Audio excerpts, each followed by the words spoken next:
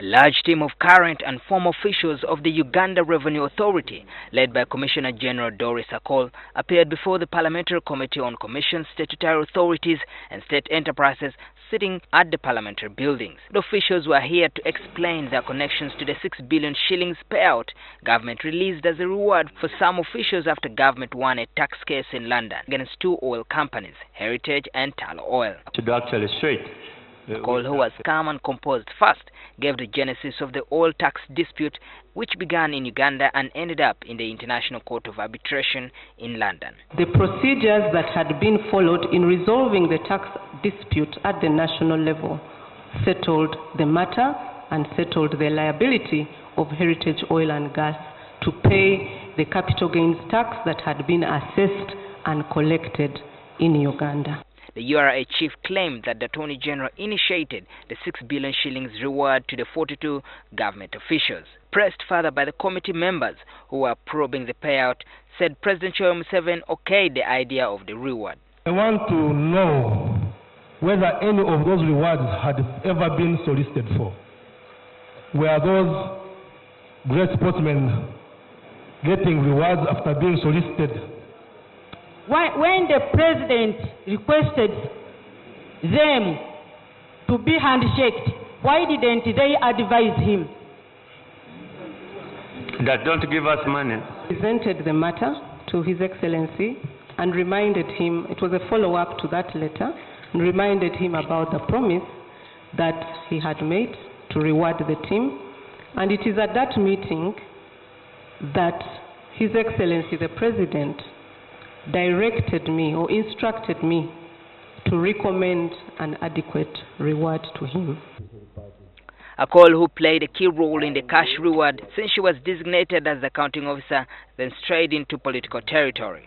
She said the president even informed the NRM caucus about the reward, but MPs cautioned her against quoting such sources as evidence.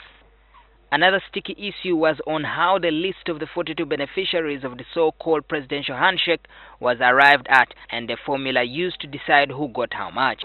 So at what stage did the Commissioner General start originating lists?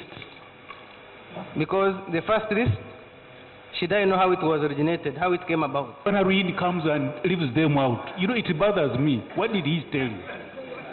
Contribution they made at that point. Some of them are in the non-core team. Then there are those who worked on the tax assessment but proceeded to the other stages of the case during the hearings at the tribunal and subsequently the hearings at arbitration. And those are not just in the non-core team but are also in the core. I think questions also arose on why some URA staff like Akol's predecessor Alan Kajina and Jennifer Musisi got the all cash, yet they had left at the time the court process began. When did the Musisi leave URA? And when did the Kagina leave URA? And what was their role? What if we had lost the case? Would they refund the costs? The president was very specific in saying that we must include, notwithstanding the list that the Attorney General had submitted, we must include each and everyone that had contributed in some way to this success by the government of Uganda against Heritage. A number of MPs requested for documents used in the oil tax court cases so that they could cross-check what the URA officials are submitting. I would expect that the government departments work together and share documents, particularly the Attorney General, who is representing URA based on their assessment. And she's saying it is not in her position. She's not in the know. And this is causing me a bit of discomfort. Probably she would have needed to be put on off so that she lets us really proceed well.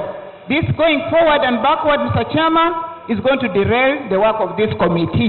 Assistant Commissioner for Litigation Ali Sekatawa argued that it was not criminal to solicit a reward like the officials reportedly did.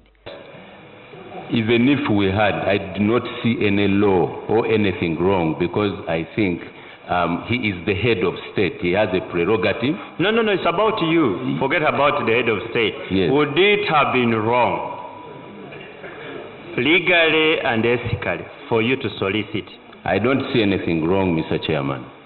Thank you. Therein are subject to the leadership code, and they are supposed to have received and declared this money to the IGG. Shows revealed the committee what they presented to the president.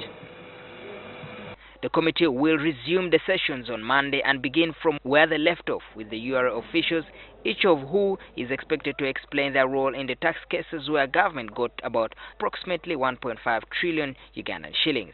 Maurice Ochol, NTV at Parliament.